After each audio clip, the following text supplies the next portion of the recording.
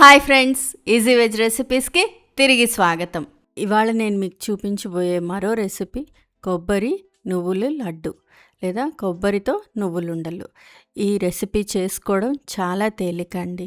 Sweet తినాలి అనిపించినప్పుడు తేలిగ్గా చేసేసుకోవడానికి ఇదొక రెసిపీ. మీరు తప్పకుండా ట్రై చేయవచ్చు. ఇది బెల్లంతో చేస్తాం కాబట్టి శరీరానికి కూడా అంత హానికరం కాదు. అతి సర్వత్ర వర్జయేత్ అన్నారు. అంటే అతి చేసేది ఏది కూడా మంచిది కాదు. పంచదార మంచిది కాదన్నారని బెల్లం అతిగా తింటే కూడా ఆరోగ్యానికి అంత మంచిది కాదు. అందుకు అలా చెప్పాను. అంత హాని చేయదు, కానీ జాగ్రత్తగా ఉండాల్సిన అవసరం ఉంది. సరే, అసలు స్వీట్లోకి వెళ్ళిపోదామండి. చాలా సింపుల్గా చేసేసుకోవచ్చు. ముందర నువ్వుల పప్పు వేయించుకోవాలి డ్రై మూకుడులో. నేను ఈ కప్ మెజర్మెంట్ యూజ్ చేసి నువ్వుల పప్పు 1 కప్పు తీసుకున్నాను. ఎంత కావాలనుకుంటే అంత తీసుకోవచ్చు. చక్కగా డ్రై మూకుడులో నువ్వుల పప్పు చిటపట్లాడేదాకా మీడియం ఫ్లేమ్లో మంచి రంగు వచ్చేదాకా వేయించుకోవాలి. నువ్వుల పప్పు వేయించుకున్న తర్వాత మంచి ఫ్లేవర్ వస్తుంది. ఒక అరోమా అంటే ఒక మంచి సువాసన వస్తూ ఉంటుంది. అలా వచ్చేదాకా మీడియం ఫ్లేమ్లో వేయించుకుంటూ ఉండాలి. నువ్వుల పప్పు వేగడానికి ఎక్కువ టైం పట్టదండి. మీకు బాణలి బాగా వేడెక్కిపోయిందంటే 2 నిమిషాల్లో అయిపోతుంది. అందుకని లో ఫ్లేమ్లో పెట్టుకోవాలి. దగ్గరుండి జాగ్రత్తగా వేయించుకోవాలి. చక్కగా వేగిపోయిన తర్వాత తీసి పక్కన పెట్టేసుకోండి. గిన్నెలోకి తీసేసి పక్కన పెట్టుకోవాలి. ఇలా నువ్వుల పప్పు పక్కన పెట్టుకున్న తర్వాత మళ్ళీ అదే మూకుడులో కొబ్బరి, పచ్చి కొబ్బరైనా వాడచ్చు లేదా ఎండు కొబ్బరైనా వాడచ్చు. నేను ఇక్కడ పచ్చి కొబ్బరి ఫ్రెష్గా తురిమింది వాడుతున్నాను. అది లేకపోతే ఎండు కొబ్బరైనా వాడచ్చు. నువ్వుల పప్పు ఎంత మెజర్మెంట్ తీసుకున్నామో కొబ్బరి కూడా అంతే మెజర్మెంట్లో తీసుకున్నాను. అంటే 1 కప్పు నువ్వుల పప్పు తీసుకున్నాను కాబట్టి 1 కప్పు కొబ్బరి తీసుకున్నాను. కొబ్బరి కూడా మీడియం ఫ్లేమ్లో లేదా లో ఫ్లేమ్లో పెట్టి చక్కగా వేయించుకోవాలి.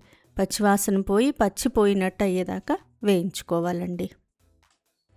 ఇలా మంచి కలర్ కూడా వస్తూ ఉంటుంది. అలా వచ్చేదాకా వేయించుకోవాలి. వేయించుకున్న తర్వాత దీన్ని కూడా తీసి పక్కన పెట్టేసుకోండి. ఈ కొబ్బరి నువ్వుల పప్పు రెండిటికి కూడా నూనె వచ్చేటటువంటి లక్షణం ఉంటుంది. సో పూర్తిగా చల్లారేదాకా ఆగాలి. ఒక అరగంట 30 గంట అయినా కూడా ఆగాలి. ఎంత మెజర్మెంట్ తోటి నువ్వుల పప్పు తీసుకున్నామో అంతే మెజర్మెంట్ కొబ్బరి తీసుకుంటాము, అంతే మెజర్మెంట్ బెల్లం తీసుకుంటాము. బెల్లం చక్కగా తరిగేసుకొని తీసుకోవాలి. ఇప్పుడు పూర్తిగా చల్లారిపోయిన తర్వాత మిక్సీ జార్లో ముందర కొబ్బరి వేసుకొని ఒక్కసారి కొంచెం గ్రైండ్ చేసుకోండి.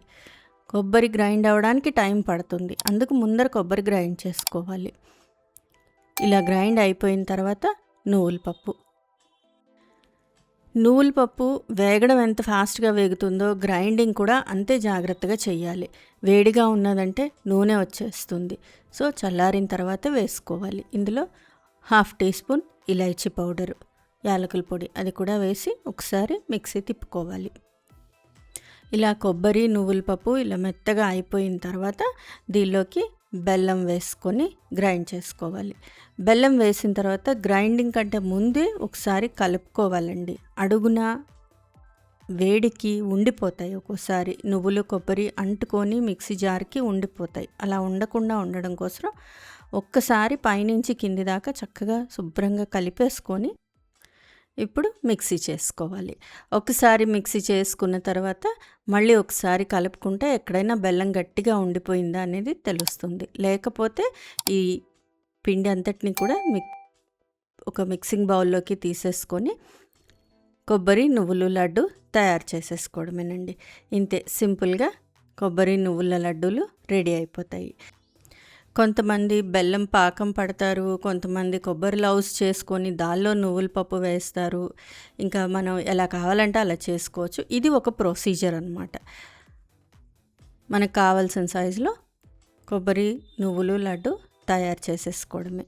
ఇంత సింపుల్గా స్వీట్ రెడీ అయిపోతుంది. ఆరోగ్యానికి మంచిది. ఎప్పుడన్నా స్వీట్ తినాలనిపించినప్పుడు ఇలాంటి సింపుల్ స్వీట్స్ తయారు చేసుకుంటే చాలా బాగుంటుందండి. కొబ్బరి లౌజు రెసిపీ కూడా మన దగ్గర ఛానల్లో ఉన్నది. లింక్ డిస్క్రిప్షన్లో ఇస్తాను, చూడొచ్చు. అలాగే నువ్వులుండలు కూడా, నువ్వులుండలు 2 రకాలుగా చేసుకోవచ్చు. ఒకటి నువ్వుల ఉండలు, ఒకటి చిమ్మిలి. 2 రెసిపీస్ లింక్ డిస్క్రిప్షన్లో ఇస్తాను, చూడొచ్చండి. ఫ్రెండ్స్, ఈ రెసిపీ మీకు నచ్చినట్లయితే మీరు ట్రై చేయండి. మీ ఇంట్లో వాళ్ళకి టేస్ట్ చేసి చూపించండి. ఎలా వచ్చిందో నాకు కామెంట్ బాక్స్లో కామెంట్ చేయండి. ఫ్రెండ్స్, ఈ వీడియో మీకు నచ్చినట్లయితే ప్లీజ్ లైక్ చేయండి, షేర్ చేయండి. ఛానల్ సబ్స్క్రైబ్ చేసుకొని వాళ్ళు ఛానల్ సబ్స్క్రైబ్ చేసుకోండి. ఆ బెల్ ఐకాన్ క్లిక్ చేయడం మాత్రం మర్చిపోకండి. మరో మంచి రెసిపీతో మళ్ళీ మీ ముందుంటాను. అంతవరకు సెలవు మరి. బాయ్.